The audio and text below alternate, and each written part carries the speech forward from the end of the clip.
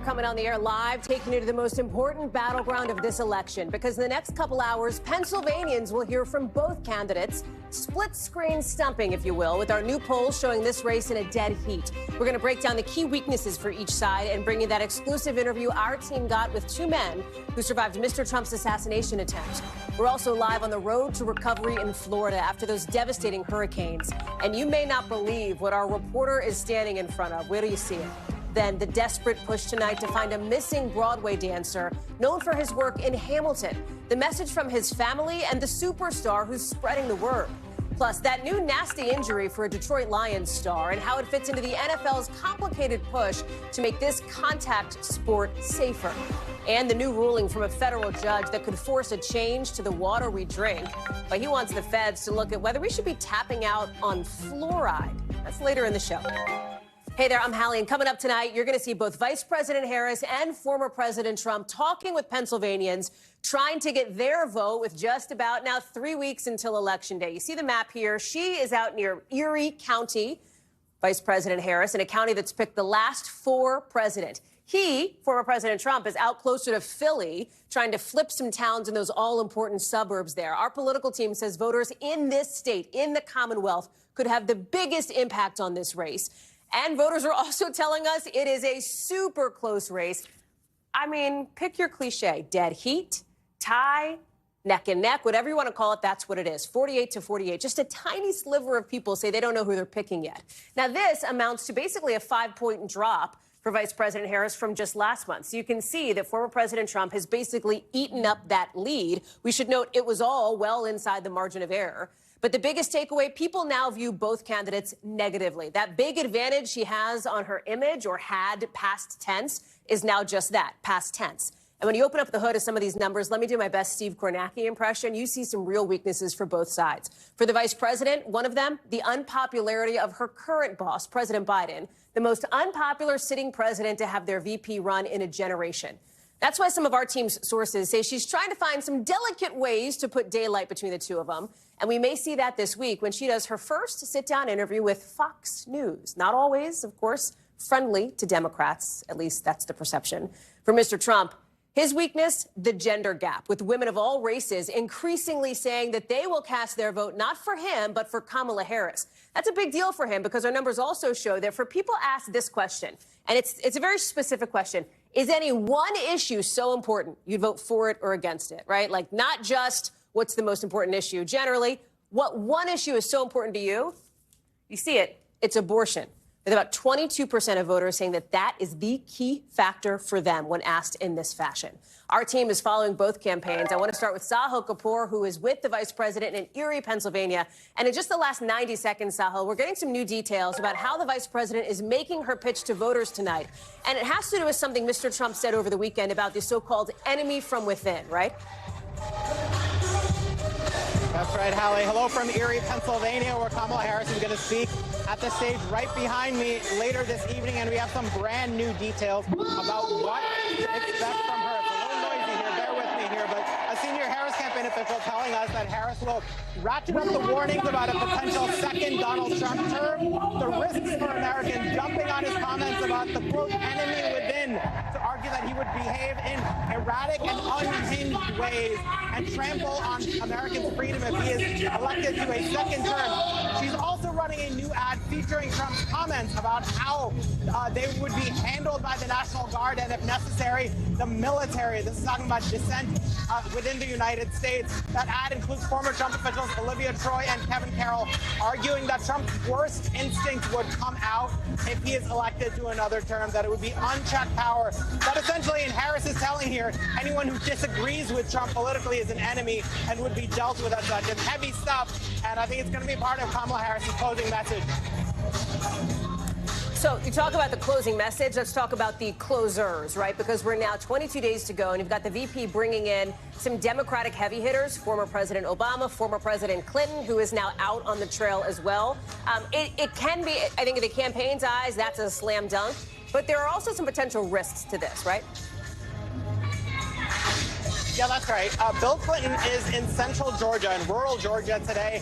The reason is pretty simple. He did better in rural America than any Democrat who has run for president since him, since that 1996 election has done. So it's sort of a bread and butter space for him to be able to speak, although he did seem to get in potentially a little bit of trouble on some comments about immigration and the status quo, people coming in without being properly vetted. And then there's Barack Obama. A source familiar with his thinking told me a few days ago that he's going to make a heavy focus in the final stretch in trying to appeal to black men to try to reignite that enthusiasm that they had for him and that they don't seem to have for her. Harris was asked about those comments that hit her nerve. Let's take a listen to what she said.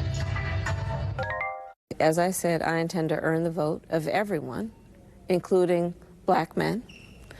2, pay attention to everything that President Obama talked about, because he also talked about, at length, the danger of Donald Trump. Of course, black voters, a demographic that she has to do extremely well with to win the election. That's going to be a focus for her as well. Hallie. Sahil Kapoor live for us there in Erie, Pennsylvania. Thank you very much. Let's go to Dasha Burns with a likely different soundtrack. Dasha, lots of people as well there where you are. What is being billed as more of a town hall setting in Oaks, Pennsylvania. And let's pick up on those enemy from within comments by former President Trump, because Vice President Harris's running mate, Tim Walz, just responded to that. I want to play a little piece of it. Just so you're clear about that, that's you. That's what he's talking about. This is not some mythical thing out there. He called it the enemy within. And to Donald Trump, anybody who doesn't agree with him is the enemy. I tell you that not to make you fearful or anything. I tell you that because we need to whip his butt and put this guy behind us. That's what we need to do. Dasha, what's the sense you're getting from talking to folks in and around the campaign on how this moment plays out? Well, look, Hallie, we talked just, I think, last week when we were saying a similar thing, which is that the rhetoric has gotten darker. The images that he's painting of the country and of the opposing side have gotten grimmer and bleaker, and he's just turned up the dial even more. Look, the campaign wants him to focus on the economy, wants him to focus on immigration, but they also understand that he's going to do what he's going to do. And he is not, with these comments, or really at all, Hallie, trying to play towards the middle here. He is trying to get his base out. He's trying to get new voters out. He's trying to rally and spur the people that are angry in the way that he is. He even talked in a speech recently that I was at that he gets angrier and angrier with these rallies as he describes what's going on in the country. So this is trying to paint that stark picture of what he believes will happen if he's not elected, Hallie. There's also news tonight from our colleague Tom Yamas, because he's sitting down exclusively with 2 men who were essentially part of that first assassination attempt against former President Trump at that rally that you were at, of course, in Butler, Pennsylvania. They're describing the moment that the shots were fired. And I want to play that for you here. It's one of our first looks at this exclusive interview. Watch. Jim, when did you realize something was wrong? When I saw part of my sleeve go away, and I heard, I heard it distinctly. And that I turned around to my friend and I said, I think I was shot. And that's when I got the second one. And then I went down. But, I had no realization of anything, except I couldn't figure out why my shirt left in such a hurry. Here we are, 3 months roughly after that first assassination attempt, but it is still something that comes up. We know that the former president referenced it, of course, multiple times on the campaign trail right after it had happened. Yeah, and what a great interview from our colleague there, Hallie. Look, this is something that I think might be undercovered or underappreciated about how much of an impact it might actually have for voters in Pennsylvania, particularly in western Pennsylvania, which is where he really needs to bolster those numbers. And people were impacted by it. People think about it. People feel it. And those gentlemen there had their lives changed by it, Hallie. Dasha Burns, live for us there in Oaks. Dasha, we're going to check back with you next hour once that town hall gets a little bit closer to beginning and see what that turns out to be. Thank you. You can also see more of Tom's interview with those 2 Butler shooting survivors coming up on Nightly News with Lester Holt, 6:30 Eastern on your local NBC station. Let's take it on to Florida there, where officials along the coast are warning it's going to be a long road to recovery in those hardest hit spots after the deadly back-to-back hurricanes and tornadoes. Out in Pinellas County, officials say it's going to take months to get rid of the debris. About 1 million cubic yards of it brought on by Hurricane Milton. Look at that. You see some of those images here. People are now, just these last 48 hours or so, getting a chance to get back in and get their first look at this totally changed landscape after Milton. Listen to what one of them told our Stephanie Gosk. Went in a boat and saw that the whole wall of our house is totally blown. And then the little cottage that we had right next to it is going to be toast. It's not just a property. This is your family history. Life history. Tonight, you've got hundreds of thousands of people in the state who still do not have power. If there is a silver lining, if there is any good news here, it's that people are able to get gas now more and more. Those shortages are starting to ease up, and some classes are in session, so kids are able to get back to school. Stephanie Gosk is live for us in Manasota Key, Florida. And Steph, I said it at the top of the show. Where do you see what our reporter is standing in front of? Show it to us, because it's pretty staggering. Yeah, this is incredible. You were talking about debris, but let's talk about sand. I'm on Manasota Key. That behind me is a massive mountain of sand. And for the last 2.5 weeks now, starting after Hurricane Hallie and going through Hurricane Milton, that is the sand that they have taken off the streets here in Manasota Key. They keep piling it up. It keeps going higher every single day. Now, you could make an argument that the strongest winds, the highest surge, hit this part of Florida right here. We had a chance today to go with a fire lieutenant on his boat for a look at the damage from the water, and he showed us something remarkable. The storm has actually changed the geography of this key and has blown a hole through a place that used to be all land, a place they used to walk across. Let me show you what he had to say about it.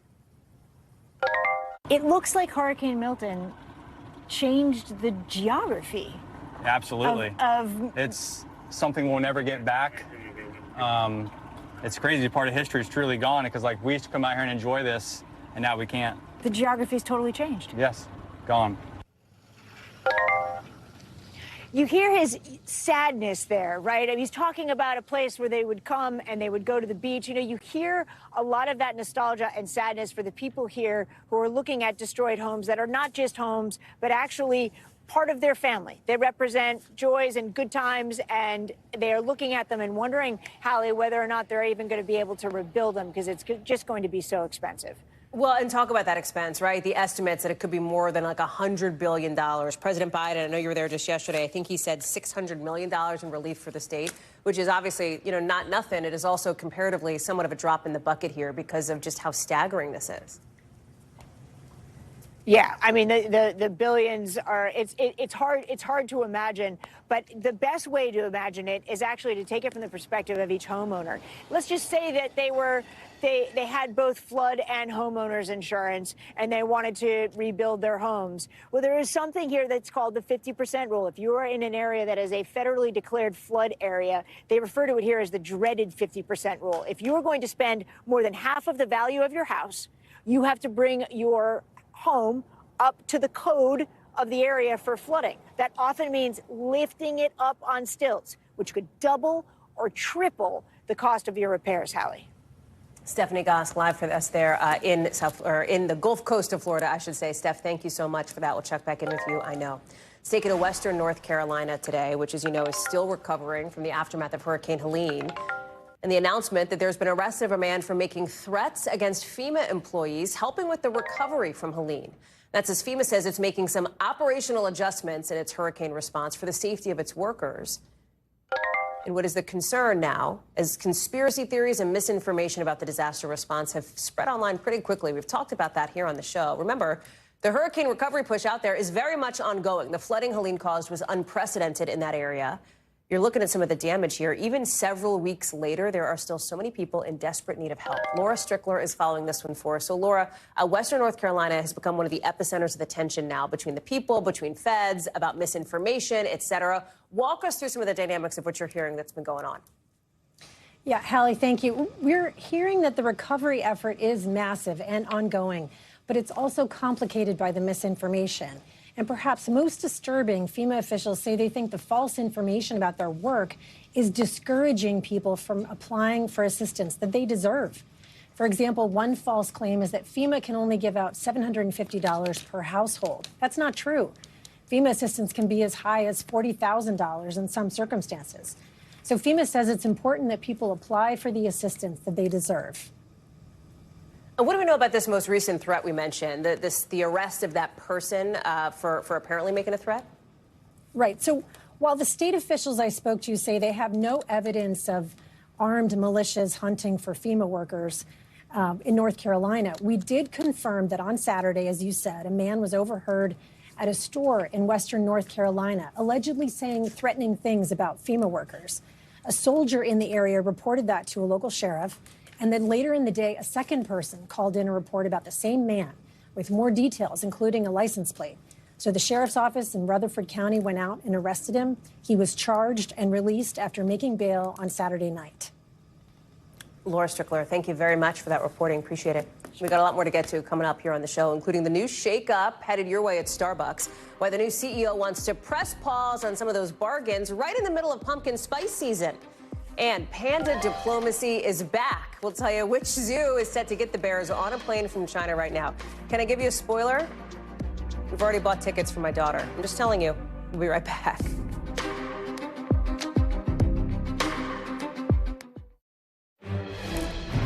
So in just the last few hours, some developments to catch you up on, with police now ending the manhunt for a second suspect in the killing of a Michigan man in his own home. After 4 days, they say they've caught the suspect. And the beginning of this crime captured on a doorbell camera. You're seeing the video here. So these are the two suspects pretending to be utility workers, wearing masks, wearing those bright yellow vests. They're ringing the doorbell. They've got what appears to be a fake work order, police say, fake ID badges. They show something off that clipboard.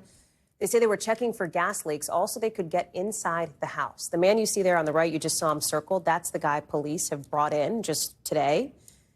Police say Hussein Murray, who lived in the house, was found dead in the basement with his wrists and ankles duct taped. The suspects are also accused of tying up Murray's wife. Adrian Broaddus is joining us now. Adrian, help us understand how this manhunt finally came to an end. How did they track the second suspect down? They had found the first one days ago. Yeah, Hallie, home security video really played a critical role. That is what the sheriff in Oakland County is saying his detectives depended on. Not only did they lean on that home security video, they also had help from state, local, and federal partners. Now, these two suspects, both in police custody at this hour, and these men are accused of posing as utility workers, saying they were investigating an alleged gas leak in the area to gain access to that home where they killed that 72-year-old homeowner who was also an entrepreneur. He owned a business. Not only are they accused of killing that 72-year-old man, but they are accused of tying up his wife using duct tape. Meanwhile, here's what the sheriff had to say about that attack. The house was ransacked, and, they were specifically looking for cash or a safe. Whether it was specifically related to them owning a business, jewelry and pawn business, that would be kind of our intuition on this topic, but we don't know that for a fact. And that first suspect, Carlos Hernandez, was arrested nearly 1,000 miles away from the crime scene. Yes, you heard me correct. He was arrested in Louisiana, and he's facing multiple charges, including felony murder. Hallie? You mentioned Murray's wife, who was apparently tied up during this home invasion, but she was able to call 911. Is it possible that this will help prosecutors make their case against the suspects? She has been a big help so far, giving the detectives information, according to the Oakland County Sheriff from her hospital bed. She told detectives initially she thought the two men kidnapped her husband because she never saw him reemerge from the basement. We also learned through information she told detectives that these two men were at the house the night before trying to gain access, also alleging they were utility workers and that they were investigating a gas leak. But on the night before, that Thursday night, the couple didn't feel comfortable letting them in the home. And so now investigators are trying to determine the motive behind all of this. Hallie? Adrian Broaddus, thank you very much for being on top of this developing story. Appreciate it. Now to a story first reported by NBC News. We're learning that Sean Combs, Diddy, is getting hit with some new civil lawsuits that include allegations of sex assault and rape. The alleged incidents happening between 1995 and 2021, according to complaints filed today. One of them involving a woman who claims she was raped by Combs when she was 19. NBC News has not independently corroborated any of the allegations in the complaints. We have reached out to Diddy's legal team for comment. We know that in the past he has denied both the civil and criminal allegations against him. His lawyers have suggested it was people looking for a, quote, quick payday in some instances. Chloe Malas is following this one for us. So bring us up to speed here, Chloe. The details of what is coming out now and it's important to note these civil lawsuits, separate, right, from those criminal charges that Diddy faces already. Hey there, Hallie. These are the first civil lawsuits filed by Texas attorney Tony Busby, who held that press conference last month in which he said he had numerous victims that he was representing and that he was going to be filing lawsuits that named other defendants besides Diddy, the other high-profile individuals. So these 6 suits, they involve allegations just against Diddy and some of his businesses. They also name a hotel and a Macy's, and they span from the years of 1995 all the way to 2021. One of them involves a man who claims to have been 16 at the time of this alleged sexual assault that happened at one of Diddy's white parties. All of the different allegations involve sexual assault. A few involve rape. We've reached out to Sean Diddy Combs' team for comment, and they haven't yet responded. I do want to point out that there are 4 men, and then 2 of the suits involve 2 women. And all of these individuals, Hallie, are remaining anonymous, according to these suits, out of fear. And it's unclear if any of these individuals are working with federal prosecutors. We do know that federal prosecutors said that they do plan on filing a superseding indictment. So Sean Combs, he's going to face criminal trial on May 5th. But will any of these individuals who are filing civil suits then work with federal prosecutors? That's left to be seen right now because we don't know when and if that superseding indictment is going to be coming. Yeah, that's right. So that's one of the things that we've been talking about. Is there a timeline on that, Chloe, or is that still just like TBD? You know, as of right now, look, I was in the courtroom last week, Hallie, as you know, sitting there for this hearing when the judge set the trial date for May 5th. So obviously that could change right now. They're going through almost 100 different cell phones and laptops of his, and they're downloading all of the data. It's called discovery, this process right now, and then they have to get it over to Combs' legal team to go through. And so, I mean, if there are more charges, you would think that his legal team needs more time and that prosecutors need more time to build their case on both sides. So there is that potential that you could see this get moved back. In the meantime, like you said, he's behind bars at the Metropolitan Detention Center in Brooklyn, this notorious prison that's known for its really tough conditions. And his team has been trying to get him out on bail, and that has been denied twice by 2 different judges. But they have filed another appeal in the Second Circuit in New York to try and get him out on bail as he awaits trial. But that right now, Hallie, is left to be seen. Chloe Malas, thank you very much. Appreciate that. Let's get you over to the 5 things our team thinks you should know about tonight. Number 1, jury selection today is kicking off in the trial of the man accused of murdering 2 teenagers in Delphi, Indiana. You may remember the 2 were found dead in the woods after going for a hike back in 2017, but the suspect was not arrested until 5 years later. He's pleaded not guilty. Number 2, Canada and India ordering 6 of each other's diplomats to leave. And India is withdrawing its own envoy from Canada after Canada named him and some others as people of interest in an investigation in the killing of a Sikh separatist leader near Vancouver. The country's prime minister has said Indian agents may have been behind it, which India denies. Number 3, a new NBC News analysis of Census Bureau data shows us just how badly the housing market is squeezing middle-class Americans.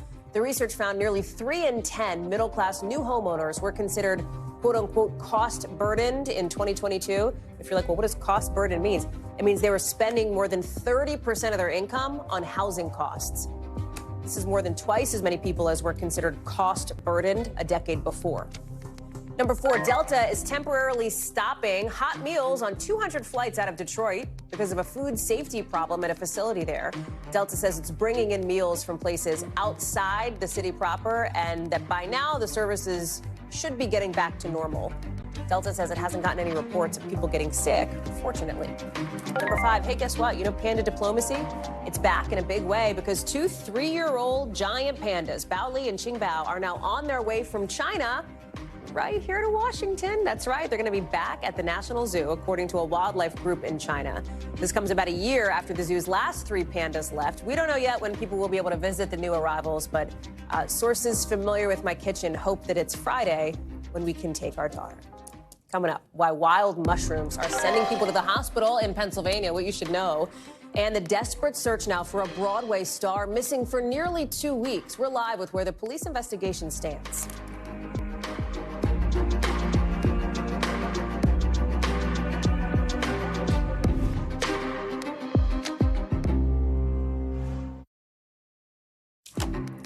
So listen, your PSL at Starbucks may end up costing a little more if you've been relying on bargains and deals, because the company is reportedly pulling back on some store promotions and discounts, at least according to the Wall Street Journal, which says Starbucks has quietly cut back on some of these promotions they've been offering for most of the past year. The move appears to be a push by the new CEO to get the company back on track. Starbucks recently saw business down in the U.S. and China. It had to lower its sales expectations twice. We reached out to Starbucks, but the company isn't commenting. CNBC's Kate Rogers is joining us now. Hi, friend. It's great to see you. And what's so interesting about this one, it isn't just a consumer story. It isn't just like a coffee story. It is a business story here, because the whole idea was putting out those, we talk about carrots and sticks, putting out carrots to try to bring people back in. Now those carrots may be going away. Yeah, Hallie, so you can kind of expect a return to more normal pricing if you were a customer that was taking advantage of some of those deals. So in August, Starbucks had started to phase out its $5 bundle offers of coffee and croissants, and they were uncharacteristic of Starbucks to begin with. Introduced as a flurry of value deals, remember, hit the market, including $5 offers from McDonald's and Burger King. As all of these chains are competing for the low-income consumer, the phase-out did occur before Brian Nichols' tenure officially started in September. Now, in addition to that, the Wall Street Journal reported that the company is offering extra loyalty points on Tuesdays and deals on Saturdays in a move away from previous buy one, get one offers. Starbucks, as you said, has not commented on the report. One interesting thing here to me, a recent note from Bank of America actually showed slowing growth in traffic for Starbucks over the last year, but noted it isn't alone, writing that sales growth across coffee shops among the top 1,500 chains has slowed in tandem, suggesting that customers are leaving Starbucks, are abandoning the category altogether, meaning they're basically competing with making coffee at home, which is really interesting. It is. Kate Rogers, thank you very much. Appreciate it. NBC News covers hundreds of other stories every day. And because it can be tough to read or watch or listen to them all, our bureau teams have done it for you. This is what they tell us is going down in their regions in a segment we call The Local. Out of our Northeast Bureau, a train operator is dead and nearly 24 people are hurt after a New Jersey Transit train hit a tree. Look at that. You see the front part of the train totally smashed. You see that stump or that log, I guess, there on the tracks. Service was suspended in both directions this morning because of what you see here. There is an investigation that's happening as we speak. Also out of our Northeast Bureau, nearly a dozen people were hospitalized after eating some wild and apparently toxic mushrooms in Pennsylvania. The patients were all part of the Amish community, a man, a woman, and 9 children. Officials say family members foraged the mushrooms and then had to walk half a mile to find a public phone to dial 911. Fortunately, they are all expected to recover and be just fine. And out of our Western Bureau, a Navy parachutist landing on a couple of spectators during Fleet Week in San Francisco. Oof. Officials saying a mom and her kid were a little hurt. They're going to be fine. The Navy says safety is their #1 priority, and they're looking into the cause, why the guy in the parachute ended up parachuting into the crowd. Also tonight overseas, a deadly Israeli strike hitting a hospital complex today in central Gaza and starting a devastating fire, killing at least 4 people. You can see the fire here. People running around, some carried people who were hurt, others ran toward the flames to help. In multiple videos shared online and verified by NBC News, at least one person could be seen reaching their hands out from the flames. We are not going to show you those images as they appear to have been burned alive. The aftermath, however, charred remnants of tents, of cars. Israel said it targeted Hamas fighters inside the hospital compound where displaced people had been living in tents. This attack comes after 4 Israeli soldiers died and more than 60 were hurt in a Hezbollah drone attack on a military base in northern Israel overnight. Hala Garani is joining us now live from the region. And Hala, what else do we know about the attacks on the Gaza hospital and on the Israeli military base? So there's actually a lot going on in Gaza because Israel is intensifying its attacks, especially on the north. I'll get to the hospital tent fire in a moment. But in the north, you're seeing just waves of desperate people try to relocate from the northern part of the Strip, where the Israeli military is striking buildings and infrastructure more and more, to the south. And many of them are telling our crews in Gaza that they are absolutely desperate, that they have nowhere to go, that they are exhausted after a year of being targeted, they say, by the Israeli military in civilian infrastructure, in homes and hospitals, as well as in schools that are serving as shelters for people who have been displaced. What you're seeing there on your screen is a fire after an Israeli strike in a tent city in the Al-Aqsa Martyrs Hospital in the central part of the Gaza Strip. And as you mentioned, Hallie, there are images and there is footage that is much too harrowing to show our viewers of people that appear to really literally be burning alive. And this is happening as Hezbollah has launched a drone attack on northern Israel, and it managed to hit a military base where the Golani Brigade Training Center is located. And the IDF really suffered quite a heavy loss there with that one. 4 soldiers were killed and several dozen more were wounded. And the main IDF spokesperson, Daniel Hagari, acknowledged that this drone was not picked up by the missile defense system, did not even trigger an alert, and is promising to look into what happened. This is what Hagari said just a few hours ago. Listen. We are managing the incident. We will study and investigate the incident and how a UAV infiltrates without alerts and strikes the base. And this, of course, is, I mean, it's a little bit more tense here, Hallie, than it was just a few weeks ago when I last visited Tel Aviv. People are really bracing for something bigger and for perhaps a wider regional war that will directly, once again, involve Iran, Hallie. It's also all happening, Hala, as the U.S. is sending a big new defense system, essentially, pieces of it to Israel, right? What can you tell us? So this is the THAAD missile defense system, and it's a very sophisticated missile defense system that the United States is sending. It's expected in Israel in the coming days. And people here, as I said, are bracing for the attack because the expectation is that once this missile defense system is in place, that perhaps is when Israel will retaliate against Iran for its drone attacks on October 1st.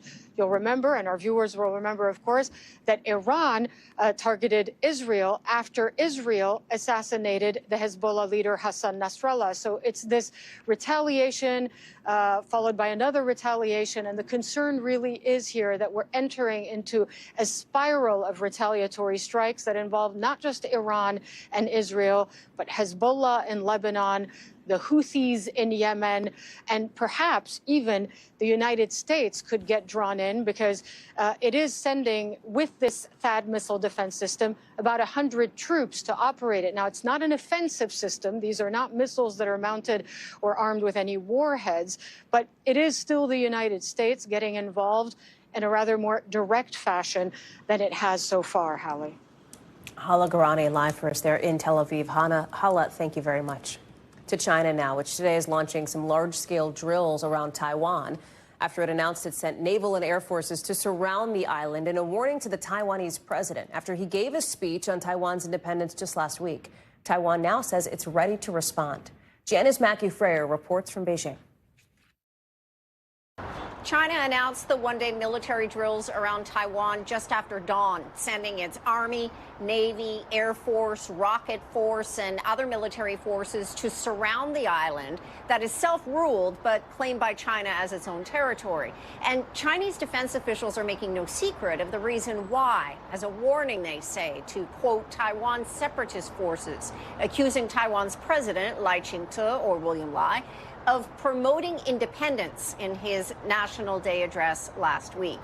A PLA map on Chinese state media showed the exercises in 6 large areas encircling the island, including conducting a blockade on key ports. Taiwan's defense ministry said a total of 125 Chinese military aircraft and 17 warships were involved, and said they were paying close attention to the movements of the rocket forces. Taiwan sent jets and ships in response.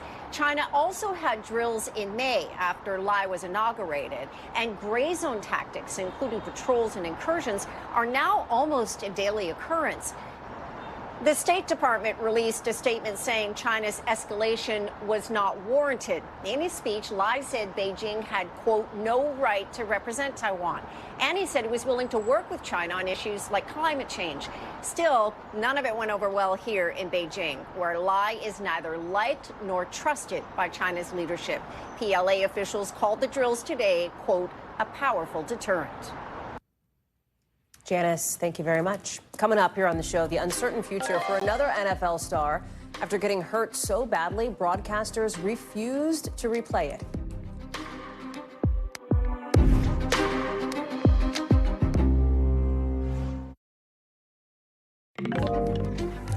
Tonight, a family holding out hope for the safe return of a Broadway star who's been missing now for more than a week, with superstar Hugh Jackman now joining the push to try to find Zelig Williams, a Broadway dancer who performed in shows like Hamilton and in MJ, which is about Michael Jackson.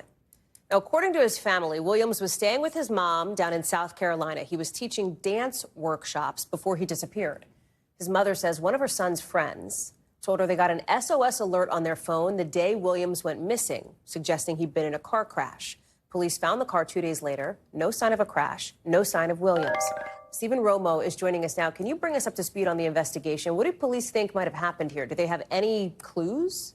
Yeah, a great question. That SOS you mentioned, Hallie, raising a lot of questions. The information that is out there just making more of a mystery here. As you mentioned, no sign of a car crash when they actually found that vehicle 2 days after that SOS came out. The vehicle was found about 20 minutes away from Williams' mother's home where he had been staying, and it was near the entrance of a nature trail not far out there. No indication of why he might have been there in the first place. His family, of course, asking for help from the public, begging really for help from the public to try to come up with any information on where he might be. And they're really just trying to emphasize this point, Hallie, that this is very much unlike him, and it is not something that he's ever done before. Here's more of what the family had to say. We can't describe that. It's devastation. It's devastation for someone who's so close to their family to disappear in this way. There's no way to describe that. Now, his family also saying that Williams has a medication that he has to take every day, and he doesn't appear to have that with him. So they think that it doesn't seem like he was planning to be gone like he has been now for more than a week, Hallie. Does it feel, is the sense that you're getting from the reporting, Stephen, that there has been a bigger and bigger push that has built now? You have somebody like Hugh Jackman, right, who I think had worked on the same show as Williams at one point, saying, hey, anything people can do, like, let's rally together at this moment. Yeah, that's something that clearly has really pushed this out there a lot more. The family grateful for that, for getting this to the public, which they are really counting on for coming up with more information. We haven't seen any type of surveillance video, anything like that released just yet, something that, of course, they're hoping for to try to shed some light on exactly what's happening. And by the way, Hallie, Williams moved back home after this success on Broadway to teach young people how the audition process works and try to get them capable of being out on Broadway, going back to try to give back to his community. There are so many people who are just hoping to hear about his safe return tonight, Hallie. Stephen Romo, thanks for being on top of this story for us. Appreciate it.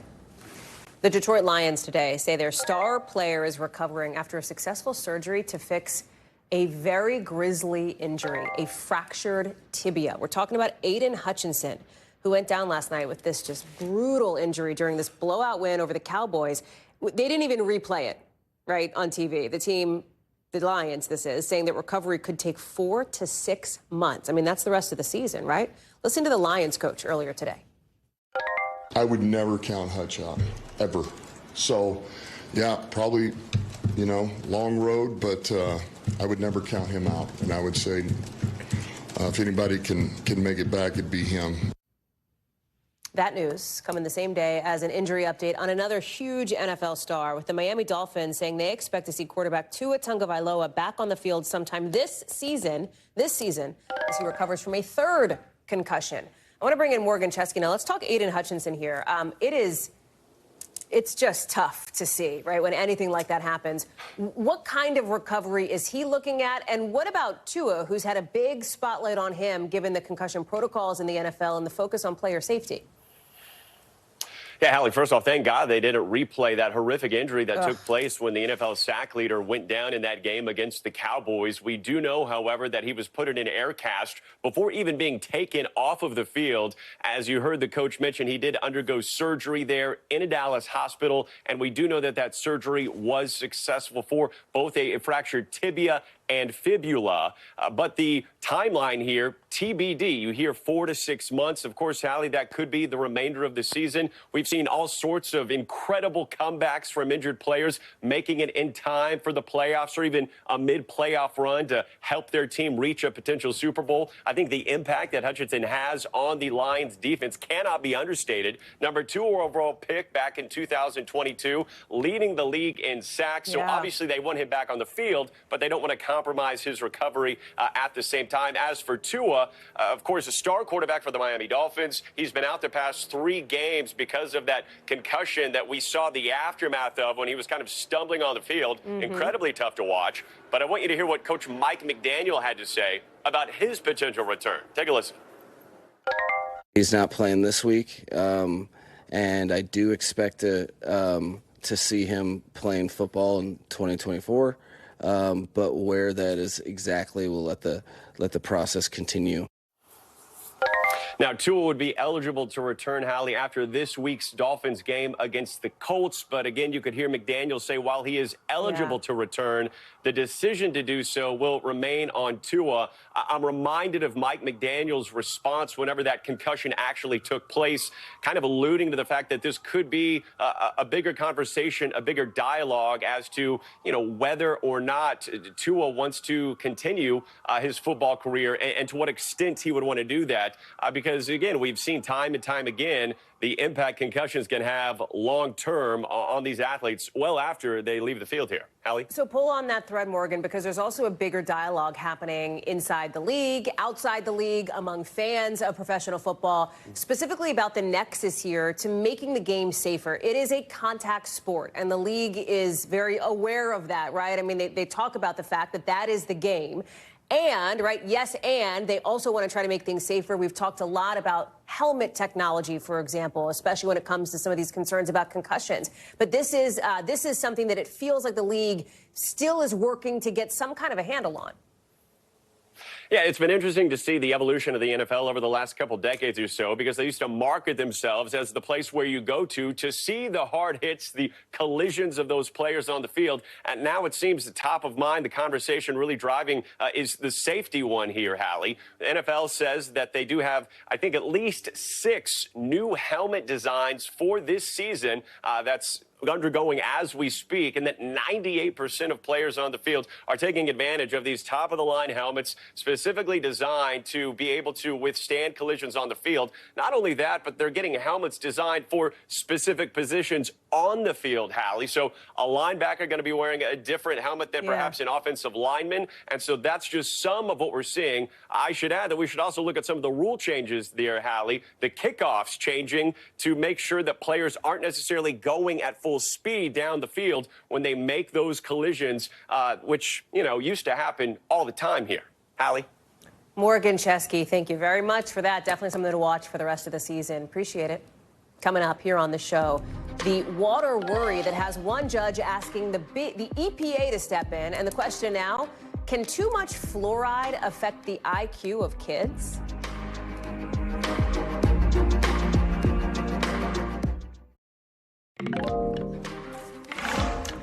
Now to a story about a widespread public health measure here in the United States with long-standing benefits, one that has always had skeptics fighting it, but now they seem to be gaining more traction. No, we're not talking about vaccines, but fluoride in drinking water. Millions of Americans drink tap water with fluoride in it every day, right? Experts say that has helped prevent tooth decay, prevent cavities for years. But now new studies are prompting a federal judge to rule the EPA needs to take action to regulate fluoride in our water. Here's Yasmin Vasugian. Water fluoridation, hailed one of the greatest health achievements of the 20th century, proven to prevent tooth decay. Children of today have 1/3 the number of cavities that children had 12 years ago. 200 million Americans live in communities that put fluoride in its tap water, and almost every toothpaste has fluoride in it. Superior fluoride toothpaste. Officials touted its benefits while cavity rates across the country fell. But unlike toothpaste, which is not swallowed, there were always skeptics when it came to drinking water. Fluoride is a toxic chemical. In large doses, it's a rat poison. The anti-fluoride movement, once seen as a fringe, misinformed effort, is now gaining steam as more research is done. Some communities voting to remove it from their drinking water. The county commission voted 3-2 to remove it. And now a win in court for those wanting more oversight. A federal judge ordering the EPA to further regulate fluoride in drinking water. The determination stemming from a U.S. government report from the National Toxicology Program concluding that fluoride at 1.5 milligrams per liter, twice the recommended amount in drinking water, is linked to lower IQ levels in children. The study was based primarily on data from non-U.S. countries, including Canada, China, and Mexico, getting higher levels of fluoride. But it also found that about 1.9 million people, or less than 1% of the U.S. population, are getting naturally occurring fluoride at levels of 1.5 or higher. Judge Chen writing in his ruling that while it's not established fluoride levels in U.S. water is causing lower IQ in kids, the EPA still must act, saying, and I quote, simply put, the risk to health at exposure levels in United States drinking water is sufficiently high to trigger a regulatory response by the EPA. The federal ruling stated there's not enough of a margin of safety there. Dr. Ashley Mallon is a researcher and professor at the University of Florida and has studied the effect of higher fluoride levels in pregnant women. Since 2017, there have been several rigorously conducted prospective birth cohort studies in North America showing that fluoride exposure during the prenatal period has been consistently associated with reduced IQ in children. The EPA has argued it isn't clear what impact fluoride exposure has at lower levels. I think it's advisable at this stage that pregnant women reduce their fluoride intake and that they are vigilant about reducing their baby's fluoride intake after birth as well. Federal drinking water standards that included fluoride guidelines were first set back in 1962. Since 2015, officials have recommended a fluoridation level of 0.7 milligrams per liter of water. Before that, the recommended upper range was 1.2. The WHO has set a safe limit of fluoride in drinking water at 1.5. There's a lot of methodologic concerns about those studies that have come out recently. Dr. Charlotte Lewis, a professor of pediatrics at the University of Washington School of Medicine, thinks eliminating fluoride from drinking water could be a huge step back for healthcare. Our concern is that the judge did not understand that for every mineral out there, whether iron, calcium, whatever, if you have too much of it, it's toxic. If you have too little, you're deficient. And the same holds true for fluoride. So at the level 0.7 parts per million, which is what we have in our water supply, that's never been looked at in a population-based study to see whether or not that affects IQ. The EPA issuing a statement saying in part this: they are reviewing the decision and that it currently regulates fluoride at higher levels. As it seems the battle over the tap is just heating up. Yasmin Vasugian, NBC News. That does it for us for this hour. We've got much more coverage coming up right now on NBC News Now.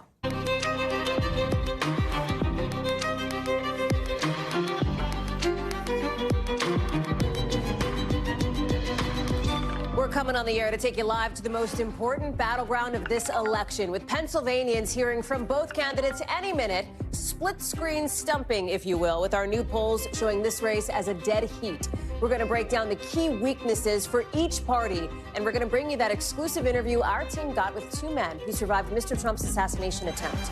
We're also live on the road to recovery in Florida after those devastating hurricanes, and you may not believe what our reporter is standing in front of. Then, why FEMA is making changes to how it helps survivors of Hurricane Hallie because of apparent threats to workers on the ground. Plus, first here to NBC News, a new round of civil lawsuits against Diddy, how the lawyer who's leading this case is hitting back. And NASA now launching a new mission all the way to one of Jupiter's moons. Why they say it could give us clues as to whether there's life way, way out there. That's later in the show. Hey there, I'm Hallie, and coming up this hour, both Vice President Harris and former President Trump are going to make their case to people in all-important PA.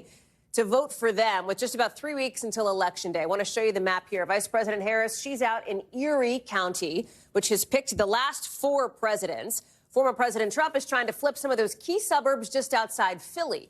Our political team says voters in the Commonwealth could have the biggest impact on this race, and voters nationally are telling us this race is a dead heat. Check out this new NBC News poll. Do you want to pick your cliche? Like, we can say dead heat, we can say tie, we can say neck and neck. It all fits, it all tracks, because the numbers show it 48% to 48%. This is a 5-point difference from our poll just last month. So Donald Trump has basically eaten up that 5-point gap with Kamala Harris, although we should note well within the margin of error. Now, the biggest takeaway here, people now view both candidates negatively. That big advantage she'd had on her image, pretty cooked. And when you open up the hood, you can see some weaknesses here for both sides. For the Democrats, for the vice president, this is the unpopularity of her current boss, President Biden, the most unpopular sitting president to have their VP run in a generation. This is why our team's sources say the vice president is looking to find some delicate ways to put some daylight between the two of them. We may see that this week when the vice president does her first sit-down interview with Fox News, not often seen as friendly towards Democrats. Now, for Mr. Trump, for the Republicans here, the issue, the weakness seems to be the gender gap, at least one of them, with women of all races increasingly saying that they will vote for Harris instead. This is a big deal because our numbers also show that when people are asked this question, do you consider any one issue so important you'd vote for or against somebody? So this is different from like what matters generally. This is like what one issue is so important to you that you'd back one of the other candidates. I mean, you see it, right? It's abortion, followed by immigration or border security. Our team's following both campaigns, but let's start here with Sahil Kapoor with Vice President Harris in Erie, Pennsylvania. So, Sahil, walk us through it. The Vice President is set to speak in the next hour as we're getting some new details about her plan of attack to warn people, in her words, about a second Trump term. Yeah, that's right, Hallie, and it's a little noisy in here, so bear with me, but Kamala Harris is going to speak at the stage right behind me next hour, and we are told by a senior Harris campaign official that she's going to go hard at her rival, former President Trump, talk about the dangers of him returning to the White House. She's going to seize on his comments recently, talking about the enemy within to argue that he would behave in unhinged and erratic ways if he's given a second term, 4 more years in power, that he would essentially view his domestic critics as enemies and treat them as such and bear the power of the state on them. She's also running a new ad that features Trump's comments that shows that these people should be handled by the National Guard or, in Trump's words, maybe if necessary, even the military. That ad includes former Trump officials Olivia Troy and Kevin Carroll to make the case, again, to try to lend credibility. The whole point here, Hallie, is to create this permission structure for center-right voters, soft Republicans, and Nikki Haley primary voters who are not sold on Trump to pull the lever for Kamala Harris. That, in her view, that Trump is just too dangerous to hold power. Will it work? Remains to be seen, but this is an extremely tight state, an extremely competitive race in Pennsylvania, which could decide the presidency. Yeah, it's a big electoral prize. It is critical to the maps to 270 for both candidates here. And it's coming as the vice president is releasing some of her basic medical information, some of her basic medical record, basically, and taking pains to point out that Donald Trump has not actually do it. It feels a bit like a double dog dare here. Yeah, I mean, think about the fact that when Joe Biden was still the candidate, he was the old guy in the race. Now Donald Trump, comparably with Kamala Harris, is the old guy in the race, and she's trying to take advantage of that. She's trying to raise questions about his health. She's trying to raise questions about his fitness. She's trying to suggest that he's hiding something from voters by refusing to release his medical records, which, by the way, she recently did. She's trying to answer, or she's trying to, like, put these questions forward and challenge him to give more contentious interviews. She's also arguing, her campaign's arguing, that Donald Trump is cocooned in safe spaces in the right-wing bubble while she's giving interviews to 60 Minutes, which he isn't, while she's sitting down with Fox News. So that's part of her closing argument, that she's not afraid to go anywhere and talk to people and answer the difficult questions. Sahil Kapoor, things picking up there out in Erie, PA. Thank you, Sahil. Let's head to the other side of the Commonwealth there with Dasha Burns out in Montgomery County in Oaks, Pennsylvania. And in just the last hour, we're learning that the former president went on the Nelk Boys, this right-wing Gen Z podcast, where he suggested without evidence he could win California if the election was fair. He went after voting by mail, which some Republicans have suggested is going to be really important for Republicans to do. Let me play a little piece of that. I think that if the voting was legit in California, you know, it's all mail-in ballots, mail-out, mail-in. They're all over the place. I believe that if we had an honest election if God would come down and be our vote counter, right? That would be an honest election. I think I'd win. What's interesting here, Dasha, among other things, is not just the content. It is also the platform here. The vice president went out on the Call Her Daddy podcast, aimed at young women, basically. Milk Boys, definitely a play, it seems, for young men, which is critical to the Trump strategy. Yeah, that's exactly right, Hallie. I mean, I could run through a number of names of podcasters and influencers who no one over the age of about 25 would probably recognize, but that mean a whole lot to those younger voters and particularly young men. He's been doing the podcast. He's been on TikTok. He's been leaning into cryptocurrency, another world that has drawn a lot of young men into and now has largely leaned rightward and leaned toward Trump. And he's been going to frat houses. His team has been on college campuses. This is a targeted strategy to make up for that gender gap that we talk about, where a lot of women, and overwhelmingly young women, are turned off by the former president and more likely to vote for Harris. There's also this, Dasha, as we talk about sort of the landscape of security around former President Trump. There was that first assassination attempt against him that I know people remember in Butler, Pennsylvania. And there were two other victims, basically, two people who were shot by the man who tried to kill the former president there. Our Tom Yama sat down for an exclusive interview with those two men who are describing that moment. Let me play it. David, what about you? When did you realize something was wrong? Oh, it was like getting hit with a sledgehammer right in the chest. I knew as soon as I got hit, because there was chunks of bleacher and shrapnel flying all around until he finished firing.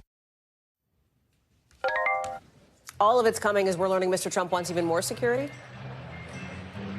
Yeah, that's right. Susie Wiles, one of the former president's campaign managers, has asked for more military assets, including things like armored vehicles, protection while flying. They're saying that the limited resources are making it more difficult for him to campaign. He is receiving the highest level of Secret Service protection, according to the agency, but they want more of what a sitting president would get, which it would include those military assets. Hallie, we also reported that he has not golfed since that second assassination attempt on one of his golf courses and will not be golfing again until at least after the election, because the Secret Service and these agencies say they simply can't keep him safe enough while golfing, not as safe as they'd like. Hallie.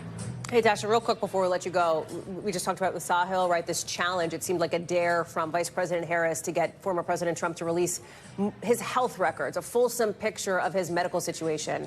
He had said he would. There was a letter from the doctor, his doctor, that came out last year that was like 3 paragraphs long, said he was in excellent health. The campaign seems fairly unconcerned about this at the moment. Am I reading that right, or do you think there is some level that they are trying to get that info out? Give us a sense of it. Yeah, look, right now they're saying we've put stuff out. They're claiming they're being transparent enough. They don't feel the need to put anything else out there, Hallie. Dasha Burns, live for us there in Oaks. Dash, thank you. You can see more, by the way, of Tom's interview with those 2 Butler shooting survivors coming up tonight on NBC Nightly News with Lester Holt. That's at 6:30 Eastern on your local NBC News station. Back here now and further south, officials in coastal Florida are warning it is going to be a long road to recovery in the hardest hit areas after deadly back-to-back hurricanes and devastating tornadoes. Look at the situation out in Pinellas County. There's a ton of debris. Well, technically, there's 1 million cubic yards of debris just from Hurricane Milton. People are going back home now to a totally changed landscape. They are just now getting back to be able to see what happened just in the last 48 hours. Listen to what one local told our Stephanie Gosk. Went in a boat and saw that the whole wall of our house is totally blown out. And then the little cottage that we had right next to it is going to be toast. It's not just a property. This is your family history. Life history. Mm-hmm. So emotional for her and for so many. Tonight, you still have hundreds of thousands of people in the state who don't have power, even now, days after the storm. But if there is any good news, it's this. It's easier to find gas. The kids are headed back to school in some spots, and boil water notices are getting lifted. Stephanie Gosk is live for us in Manasota Key, California. And Steph, we saw part of your conversation there, and it tracks with where you're standing right now, this sort of monster pile of sand. Explain that. Well, Hallie, this shows you what they were up against. So to get people back to even just see their homes here in Manasota Key, they had to clear the sand. unbelievable amounts of sand. So they took it all and piled it up here. Now, what you're looking at there is a mountain of sand that started after Hurricane Helene and started to grow. Then Hurricane Milton hit, and it continues to grow. And we are watching dump truck after dump truck come in here, and that monument to the strength of those two storms just keeps getting higher and higher. And that's only to get people into their homes. Then, of course, the rebuilding has to start. People have to decide whether they're going to rebuild. You know, you talk about other parts of this state as well that are trying to rebound. Not just wind and surge in a place like this. You had an enormous amount of rain that fell over the center of the state as well. And you have places that are still underwater, streets underwater, houses underwater, people displaced. That water still hasn't receded entirely, and that has to happen before they can get back in and assess their own damage. Hallie? So lots of steps, a very long timeline. Do we have even a sense of it, Steph? And and I know folks know this, it's Milton, as you talk about, it's Milton, it's Helene, Manasota Key got smacked in particular by Milton, right? Like, and yet, in some ways, it's exponential. Talk us through that and just sort of the sheer length of the recovery process. Yeah. You know, let's keep in mind that a lot of people on this particular barrier island rebuilt their homes after Hurricane Ian 2 years ago. And now they're going through this. And they are... You're talking about homes that are, in many cases, decimated. You know, we went out on a boat today with a fire lieutenant who brought us in front of a few homes and showed us something that's actually just remarkable. That the seawall that is put in place to protect homes during Hurricane Milton, the hurricane was so strong that these enormous boulders that were meant to protect homes from water were instead projectiles that went into the sides of homes and landed, in some cases, huge boulders in their living rooms. Listen to what the fire lieutenant had to say to me. He's lived here all his life. When he looks at this damage, what runs through his mind? Listen to this. You've lived here for a long time. When you look at that damage, what runs through your mind? Well, first off, I feel sorry for the people themselves that lost their homes, but then just to see the devastation everywhere, it just is kind of mind-blowing to think that that's even possible. I'll tell you, his heart breaks, and our hearts are broken too for these people because their lives and their history of their families really have been wiped out by these storms, Hallie. Again, right? I mean, again here, Steph, and that's what makes it so tough. Stephanie Goss, glad you're there for us tonight. Thank you. As we talk about the aftermath of Helene, let's take you up to Western North Carolina today, where police there have announced they've arrested a man for making threats against FEMA employees helping with the hurricane recovery push. That's as FEMA says it's making some, quote, operational adjustments in its hurricane response for the safety of its workers. All of it, of course, as conspiracy theories and misinformation about the disaster response have been spreading online. Remember, the recovery out there is very much ongoing. The flooding Helene caused was unprecedented in that area. Look at this. This is just some of the scenes that we saw after Helene. Even weeks later, a lot of folks there are still in desperate need of help. Laura Strickler is joining us now for more on this one. You spoke with officials about some of that misinformation that keeps sort of being so persistent online. It keeps popping up here. Talk to us about what they're saying about these safety concerns. So what they're saying is that there was a man over the weekend who was arrested for making threats to FEMA workers, but they say that he was operating alone. And they say some of the militia types that were in the state right after the storm who were propagating some of these conspiracy theories have now left. So they're certainly being careful, but their main focus is helping as many people as possible and getting folks to apply for assistance from the federal government that they deserve. They emphasize that they can apply for assistance online as well as in person. According to local reports, as of yesterday, there were still 100,000 people who do not have running water in this part of North Carolina, in the western part of the state. Thousands of people still don't have power yet either, which I have to think, Laura, like adds to the frustration of people there. Absolutely. I mean, the good news is that any recovery efforts that were paused over the weekend are now operational again. And yes, there are still some people without power. As of today, it's 17,000. And the water situation remains very serious. For example, the school superintendent in Asheville says they know they can't restart school without running water. So they've actually begun digging a new well so they can get kids back to school, hopefully by the end of the month. Laura Strickler, thank you very much for that. Diddy, Sean Combs, is getting hit with new civil lawsuits that include allegations of sex assault and rape. The alleged incidents happening between 1995 and 2021, according to some complaints filed today. One of them involving a woman who says she was raped by Combs when she was 19. NBC News has not independently corroborated any of the allegations, and we've reached out to Combs' legal team for comment. In the past, Combs has denied both civil and criminal claims against him. His lawyers have suggested some were just people looking for a, quote, quick payday. Chloe Malas is following this one for us. So bring us up to speed here, Chloe. The details of what is coming out now and it's important to note these civil lawsuits, separate, right, from those criminal charges that Diddy faces already. Hey there, Hallie. These are the first civil lawsuits filed by Texas attorney Tony Busby, who held that press conference last month in which he said he had numerous victims that he was representing and that he was going to be filing lawsuits that named other defendants besides Diddy, the other high-profile individuals. So these 6 suits, they involve allegations just against Diddy and some of his businesses. They also name a hotel and a Macy's, and they span from the years of 1995 all the way to 2021. One of them involves a man who claims to have been 16 at the time of this alleged sexual assault that happened at one of Diddy's white parties. All of the different allegations involve sexual assault. A few involve rape. We've reached out to Sean Diddy Combs' team for comment, and they haven't yet responded. I do want to point out that there are 4 men, and then 2 of the suits involve 2 women. And all of these individuals, Hallie, are remaining anonymous, according to these suits, out of fear.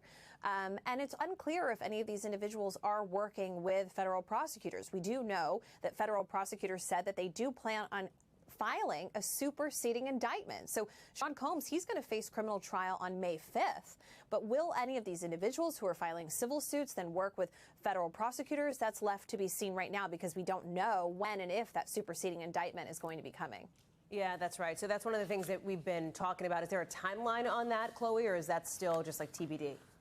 You know, as of right now, look, I was in the courtroom last week, Hallie, as you know, sitting there for this hearing when the judge set the trial date for May 5th. So obviously that could change right now. They're going through almost 100 different cell phones and laptops of his, and they're downloading all of the data. It's called discovery, this process right now, and then they have to get it over to Combs' legal team to go through. And so, I mean, if there are more charges, you would think that his legal team needs more time and that prosecutors need more time to build their case on both sides. So there is that potential that you could see this get moved back. In the meantime, like you said, he's behind bars at the Metropolitan Detention Center in Brooklyn, this notorious prison that's known for its really tough conditions. And his team has been trying to get him out on bail, and that has been denied twice by 2 different judges, but they have filed another appeal in the Second Circuit in New York to try and get him out on bail as he awaits trial. But that right now, Hallie, is left to be seen. Chloe Malas, thank you very much. Appreciate that. In just the last few hours, police catching the second suspect in the killing of a Michigan man in his own home after a 4-day-long manhunt after a home invasion. With the start of the crime captured on a doorbell camera, you're seeing that video here. 2 men were pretending to be utility workers in masks and yellow vests. So they ring the doorbell. You see, like, the one shows a clipboard that appears to be a fake work order, according to police. They say they were checking for gas leaks. Also, they could get inside the house. The man who's circled that we've been showing you, that's the person police just brought in. Police say Hussein Murray was found dead in the basement with his wrists and ankles duct taped. The suspects are also accused of tying up Murray's wife. Adrian Broaddus is joining us now. What else do we know about how police caught the second suspect, what the charges are here, and what happens moving forward? So many questions there, Hallie. I'll start with the first. In regards to the second suspect, he was arrested earlier today, according to investigators, without incident. And police are saying that home surveillance video is what helped them not only capture the second person, but also the first suspect as well. And that is 37-year-old Carlos Hernandez, who will be arraigned tomorrow. At least he's expected to be arraigned tomorrow in Louisiana. Yes, he was captured nearly 1,000 miles away from the crime scene. He was arrested on multiple charges, including felony murder. Investigators also arrested him for warrants he had out of Ohio. The motive behind this is still unclear. Investigators say these 2 suspects posed as utility workers to gain access to this home Once inside, the homeowner, who is now deceased, led them to the basement. And that is where police found that 72-year-old man dead, and his wife was duct taped upstairs. Hallie? Adrian, the doorbell camera video that we show, the significance of that to this investigation. A lot of people have these kinds of cameras, and for police here, it seems like it was obviously helpful. It was critical, at least that's what the sheriff says. They were also able to look at that video to find the two suspects, and we also learned that these men not only visited that home on Friday afternoon posing as utility workers, they were also there the night before. Now, the second suspect who was arrested today was arrested in Wayne County, about 40 miles from that crime scene. Wayne County is also the same county where Detroit, Michigan is housed. So we will see what charges that second person faces as well, Hallie. Adrian Broadus, thank you very much for staying on top of that story. Appreciate it. We've got a lot more to get to coming up here on the show, including some new moves by Starbucks to potentially reportedly scale back promotions and discounts right in the middle of pumpkin spice latte season. Plus, get ready for pandemonium. We're actually contractually obligated to call it that. We have to say it when we do panda stories. But we're learning about the two giant pandas en route right here to Washington as we speak.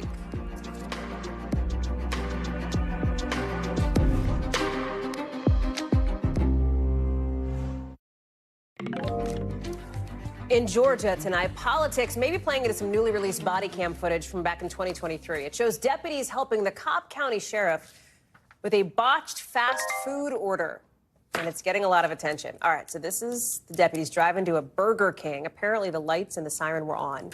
When they get there, the Cobb County Sheriff, Craig Owens, says he needs help with a food order complaint. Remember, this is a Burger King. Watch. Do me a favor. I need to get, all I need is the owner name or whoever owns this damn facility or the manager. Okay. We ordered something, the food was wrong. We say, hey, can we fix it right? The guy said, well, we ordered. I said, that's not what we ordered. I don't need no damn money back no more. I just need to find out who owns this place so I can do an official complaint. Now, the video has resurfaced in a campaign ad from Owens' opponent in the sheriff's race. Emily Aketa is joining us now. This one's getting a lot of attention online. So what's the sheriff saying about it, Emily?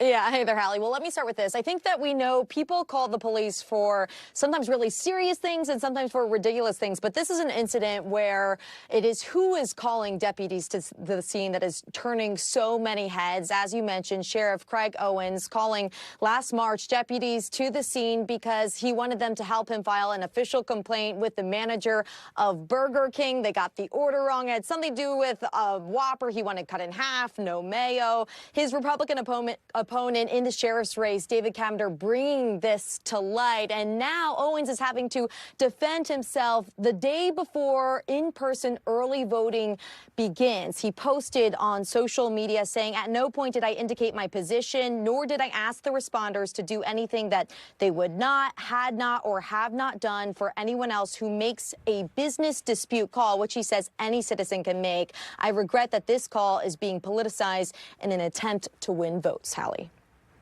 What about the political fallout then? Like, will it move the needle in like the Cobb County Sheriff's race down there?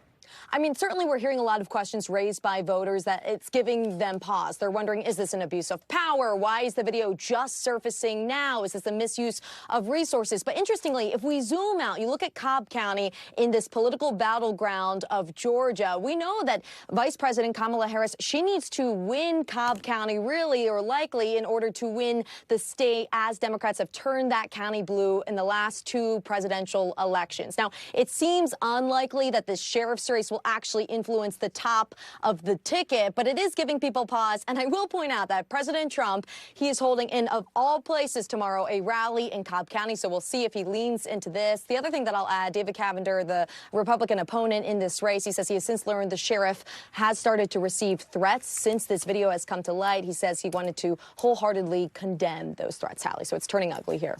Oh, boy. Emily Aketa, lots to watch on that one. Thank you very much. Appreciate it. Let's get you over to the 5 things our team thinks you should know about tonight.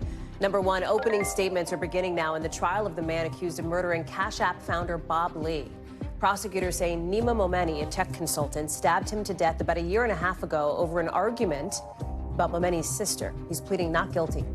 Number 2, Canada and India ordering 6 of each other's diplomats to leave their countries after Canada named the Indian envoy to Canada and some others as people of interest in an investigation. Canada's been looking into the killing of a Sikh separatist leader near Vancouver. The country's prime minister says Indian agents may have been behind it, which India denies. Number 3, a new NBC News analysis of census data shows us just how badly the housing market is squeezing middle-class Americans. The research finds nearly 3 in 10 middle-class new homeowners were putting more than 30% of their income into housing costs. That's considered to be, like, burdensome, and it's twice as many people as were paying the same amount about a decade before. Number 4,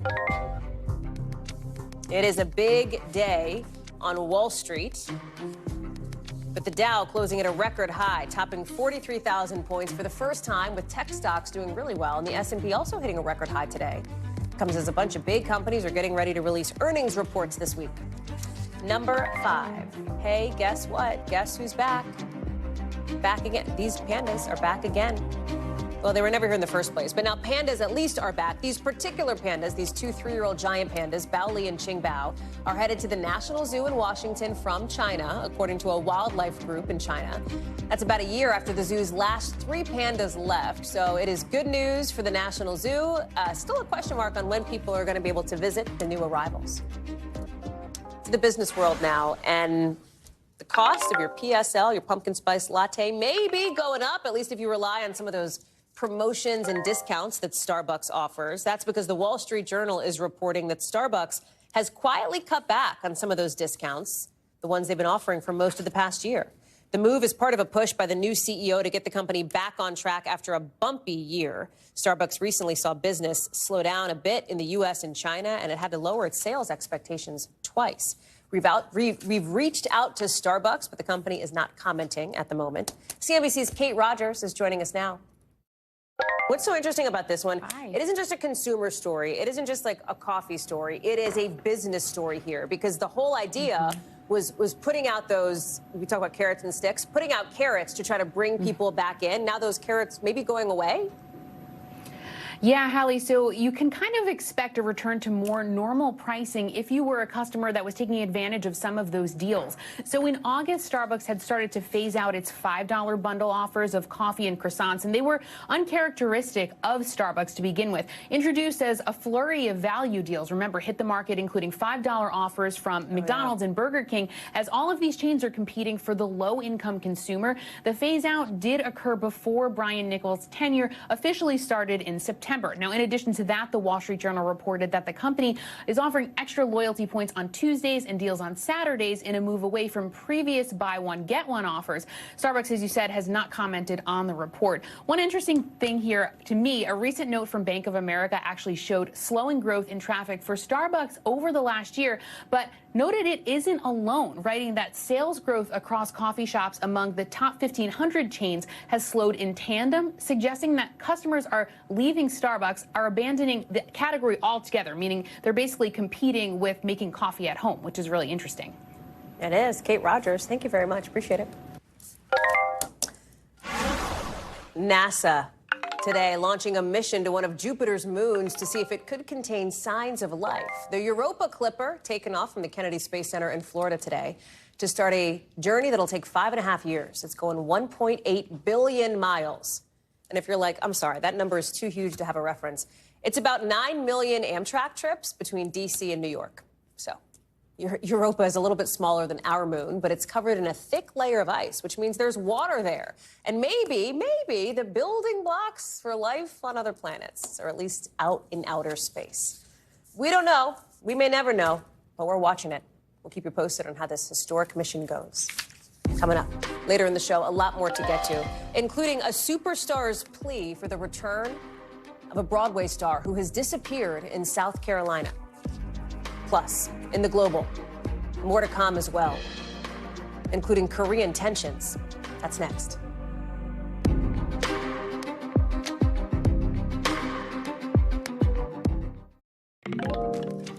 NBC News covers hundreds of international stories every day, and because it can be tough to read or watch or listen to them all, our teams around the world have done it for you. Here's a look at what they're watching in a segment we call The Global. Out of Russia, a French researcher just sentenced to 3 years in prison by a Moscow court after he was found guilty for breaking the country's so-called foreign agent laws. The man was arrested a few months ago, accused of failing to register properly while collecting military info. He pleaded guilty. The French president says the man does not work for the French state, saying his arrest is part of a misinformation campaign by Moscow. The defense says they're planning to appeal. Out of South Korea, officials there say North Korea is getting ready to blow up roads that cross the border between the two countries. North Korean troops have been working under camouflage on the roads on their side of the border, according to the military spokesperson for South Korea. That says the North accused the South of sending drones over Pyongyang to scatter a bunch of propaganda leaflets anti-North just a couple days ago. And out of Nepal, an 18-year-old climber returning home to a huge celebration after setting the record for being the youngest person ever to scale the world's 14 highest mountains. Each of those summits are higher than 26,000 feet. They have extreme altitude and climbing challenges. The last person to set this record was 30 years old. This one just 18. Also overseas, a deadly Israeli strike hitting a hospital complex today in central Gaza and starting a devastating fire, killing at least 4 people. You can see the fire here, people running around. Some carried people who were hurt. Others ran toward the flames to help. In multiple videos shared online and verified by NBC News, at least one person could be seen reaching their hands out from inside the flames. We are not going to show you the images, but you can see the aftermath, the charred remains of tents, of cars. Israel says it targeted Hamas fighters inside the hospital compound, where displaced people were living in tents. This attack comes after 4 Israeli soldiers died and more than 60 were hurt in a Hezbollah drone attack on a military base in northern Israel overnight. Hallie Garani is joining us now. Hallie, what else do we know about the attacks on the Gaza hospital and on the Israeli military base? So there's actually a lot going on in Gaza because Israel is intensifying its attacks, especially on the north. I'll get to the hospital tent fire in a moment. But in the north, you're seeing just waves of desperate people try to relocate from the northern part of the strip where the Israeli military is striking buildings and infrastructure more and more to the south. And many of them are telling our crews in Gaza that they are absolutely desperate, that they have nowhere to go, that they are exhausted after a year of being targeted, they say, by the Israeli military in civilian infrastructure, in homes and hospitals, as well as in schools that are serving as shelters for people who have been displaced. What you're seeing there on your screen is a fire after an Israeli strike in a tent city in the Al-Aqsa Martyrs Hospital in the central part of the Gaza Strip. And as you mentioned, Hallie, there are images and there is footage that is much too harrowing to show our viewers of people that appear to really literally be burning alive. And this is happening as Hezbollah has launched a drone attack on northern Israel, and it managed to hit a military base where the Golani Brigade Training Center is located. And the IDF really suffered quite a heavy loss there with that one. 4 soldiers were killed and several dozen more were wounded. And the main IDF spokesperson, Daniel Hagari, acknowledged that this drone was not picked up by the missile defense system, did not even trigger an alert, and is promising to look into what happened. This is what Hagari said just a few hours ago. Listen. We are managing the incident. We will study and investigate the incident and how a UAV infiltrates without alerts and strikes the base. And this, of course, is, I mean, it's a little bit more tense here, Hallie, than it was just a few weeks ago when I last visited Tel Aviv. People are really bracing for something bigger and for perhaps a wider regional war that will directly, once again, involve Iran, Hallie. It's also all happening, Hallie, as the U.S. is sending a big new defense system, essentially, pieces of it to Israel, right? What can you tell us? So this is the THAAD missile defense system, and it's a very sophisticated missile defense system that the United States is sending. It's expected in Israel in the coming days. And people here, as I said, are bracing for the attack because the expectation is that once this missile defense system is in place, that perhaps is when Israel will retaliate against Iran for its drone attacks on October 1st. You'll remember, and our viewers will remember, of course, that Iran targeted Israel after Israel assassinated the Hezbollah leader Hassan Nasrallah. So it's this retaliation followed by another retaliation. And the concern really is here that we're entering into a spiral of retaliatory strikes that involve not just Iran and Israel, but Hezbollah in Lebanon, the Houthis in Yemen, and perhaps even the United States could get drawn in because it is sending, with this THAAD missile defense system, about 100 troops to operate it. Now, it's not an offensive system. These are not missiles that are mounted or armed with any warheads, but it is still the United States getting involved in a rather more direct fashion than it has so far, Hallie. Hala Garani live for us there in Tel Aviv. Hala, thank you very much. To China now, which today is launching some large-scale drills around Taiwan after it announced it sent naval and air forces to surround the island in a warning to the Taiwanese president after he gave a speech on Taiwan's independence just last week. Taiwan now says it's ready to respond. Janice Mackey-Freyer reports from Beijing. China announced the one-day military drills around Taiwan just after dawn, sending its Army, Navy, Air Force, Rocket Force, and other military forces to surround the island that is self-ruled but claimed by China as its own territory. And Chinese defense officials are making no secret of the reason why, as a warning, they say, to, quote, Taiwan separatist forces, accusing Taiwan's president, Lai Ching-te, or William Lai, of promoting independence in his National Day address last week. A PLA map on Chinese state media showed the exercises in 6 large areas encircling the island, including conducting a blockade on key ports. Taiwan's defense ministry said a total of 125 Chinese military aircraft and 17 warships were involved, and said they were paying close attention to the movements of the rocket forces. Taiwan sent jets and ships in response. China also had drills in May after Lai was inaugurated, and gray zone tactics, including patrols and incursions, are now almost a daily occurrence. The State Department released a statement saying China's escalation was not warranted. In his speech, Lai said Beijing had, quote, no right to represent Taiwan. And he said he was willing to work with China on issues like climate change. Still, none of it went over well here in Beijing, where Lai is neither liked nor trusted by China's leadership. PLA officials called the drills today, quote, a powerful deterrent. Janice, thank you very much. Coming up here on the show, the uncertain future for another NFL star. After getting hurt so badly, broadcasters refused to replay it.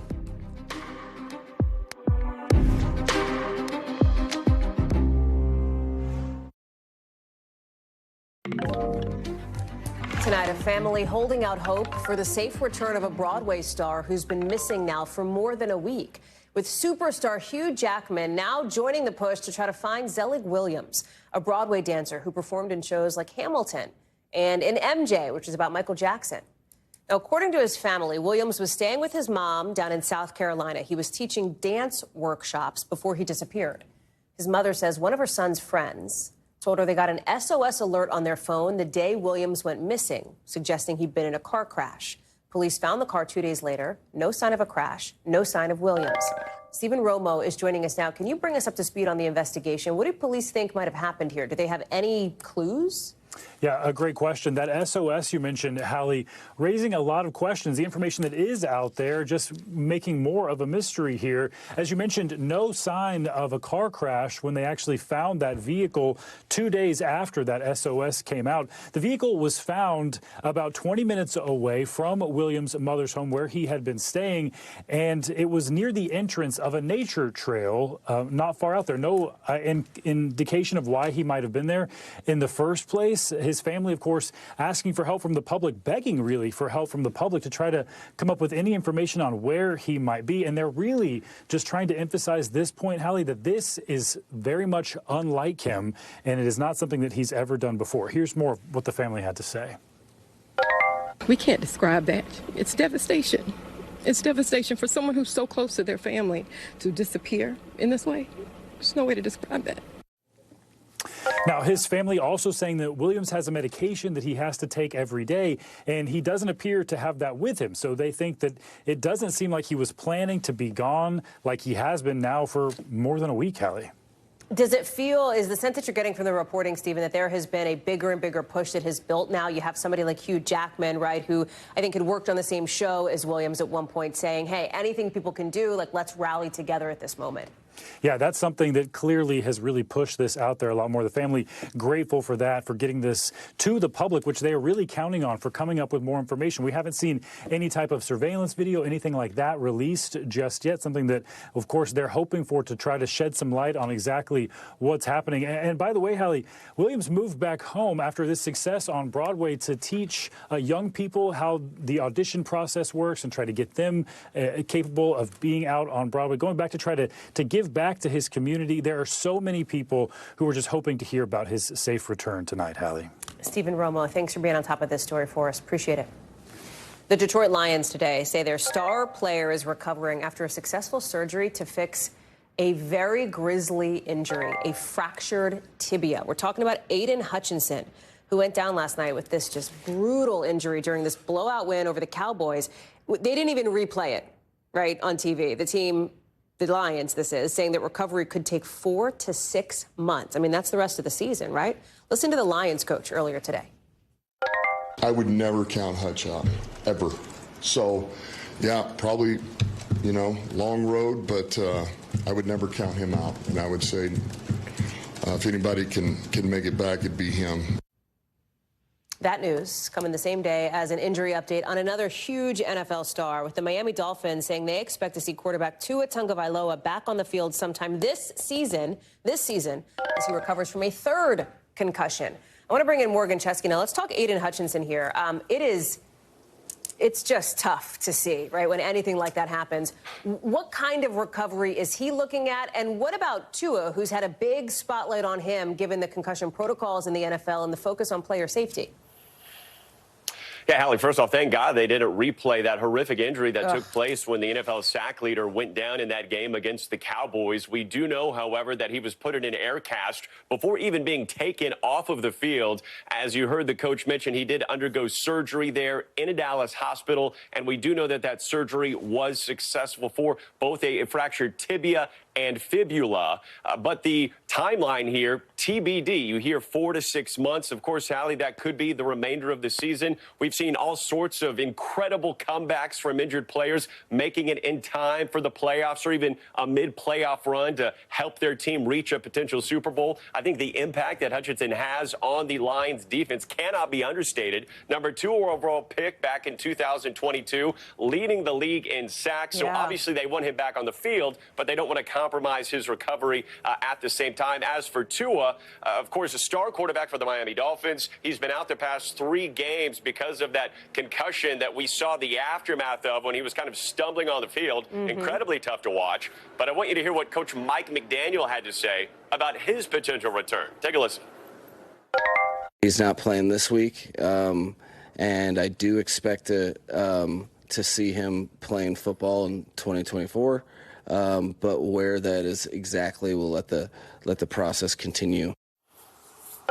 Now, Tua would be eligible to return, Hallie, after this week's Dolphins game against the Colts. But again, you could hear McDaniel say while he is eligible to return, the decision to do so will remain on Tua. I'm reminded of Mike McDaniel's response whenever that concussion actually took place, kind of alluding to the fact that this could be a bigger conversation, a bigger dialogue as to, whether or not Tua wants to continue his football career and to what extent he would want to do that.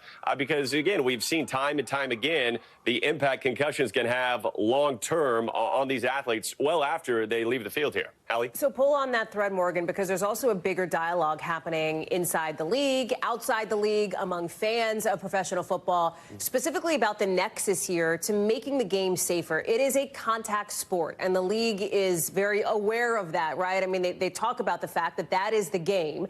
And, right, yes, and they also want to try to make things safer. We've talked a lot about helmet technology, for example, especially when it comes to some of these concerns about concussions. But this is something that it feels like the league still is working to get some kind of a handle on. Yeah, it's been interesting to see the evolution of the NFL over the last couple decades or so, because they used to market themselves as the place where you go to see the hard hits, the collisions of those players on the field. And now it seems the top of mind, the conversation really driving is the safety one here, Hallie. The NFL says that they do have, I think, at least 6 new helmet designs for this season. That's undergoing as we speak, and that 98% of players on the field are taking advantage of these top-of-the-line helmets specifically designed to be able to withstand collisions on the field. Not only that, but they're getting helmets designed for specific positions on the field, Hallie. So a linebacker going to be wearing a different helmet than perhaps an offensive lineman, and so that's just some of what we're seeing. I should add that we should also look at some of the rule changes there, Hallie. The kickoffs changing to make sure that players aren't necessarily going at full speed down the field when they make those collisions, which, you know, used to happen all the time here. Hallie? Morgan Chesky, thank you very much for that. Definitely something to watch for the rest of the season. Appreciate it. Coming up here on the show, the water worry that has one judge asking the EPA to step in. And the question now, can too much fluoride affect the IQ of kids?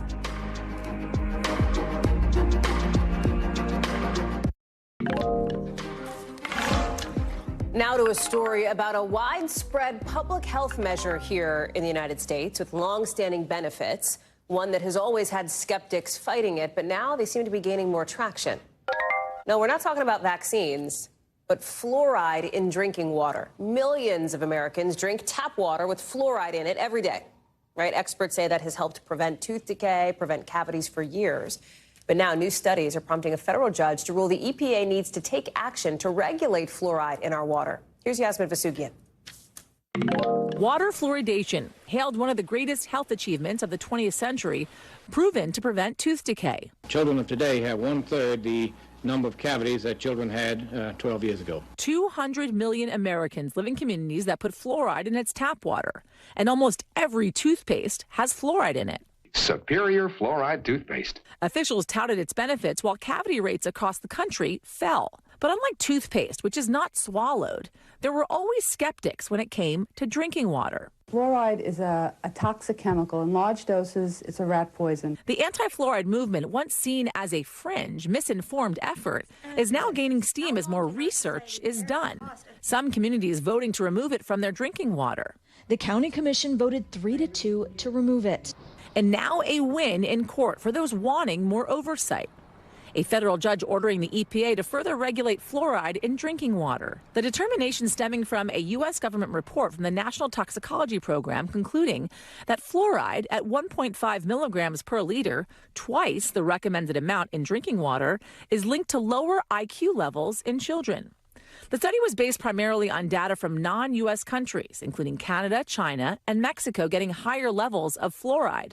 But it also found that about 1.9 million people, or less than 1% of the U.S. population, are getting naturally occurring fluoride at levels of 1.5 or higher. Judge Chen writing in his ruling that while it's not established fluoride levels in U.S. water is causing lower IQ in kids, the EPA still must act. Saying, and I quote, simply put, the risk to health at exposure levels in United States drinking water is sufficiently high to trigger a regulatory response by the EPA. The federal ruling stated there's not enough of a margin of safety there. Dr. Ashley Mallon is a researcher and professor at the University of Florida and has studied the effect of higher fluoride levels in pregnant women. Since 2017, there have been several rigorously conducted prospective birth cohort studies in North America showing that fluoride exposure during the prenatal period has been consistently associated with reduced IQ in children. The EPA has argued it isn't clear what impact fluoride exposure has at lower levels. I think it's advisable at this stage that pregnant women reduce their fluoride intake and that they are vigilant about reducing their baby's fluoride intake after birth as well. Federal drinking water standards that included fluoride guidelines were first set back in 1962. Since 2015, officials have recommended a fluoridation level of 0.7 milligrams per liter of water. Before that, the recommended upper range was 1.2. The WHO has set a safe limit of fluoride in drinking water at 1.5. There's a lot of methodologic concerns about those studies that have come out recently. Dr. Charlotte Lewis, a professor of pediatrics at the University of Washington School of Medicine, thinks eliminating fluoride from drinking water could be a huge step back for health care. Our concern is that the judge did not understand that for every mineral out there, whether iron, calcium, whatever, if you have too much of it, it's toxic. If you have too little, you're deficient. And the same holds true for fluoride. So at the level 0.7 parts per million, which is what we have in our water supply, that's never been looked at in a population-based study to see whether or not that affects IQ. The EPA issuing a statement saying in part this: they are reviewing the decision and that it currently regulates fluoride at higher levels. As it seems the battle over the tap is just heating up. Yasmin Vasugian, NBC News. That does it for us for this hour. We've got much more coverage coming up right now on NBC News Now. Thanks for watching. Stay updated about breaking news and top stories on the NBC News app or follow us on social media.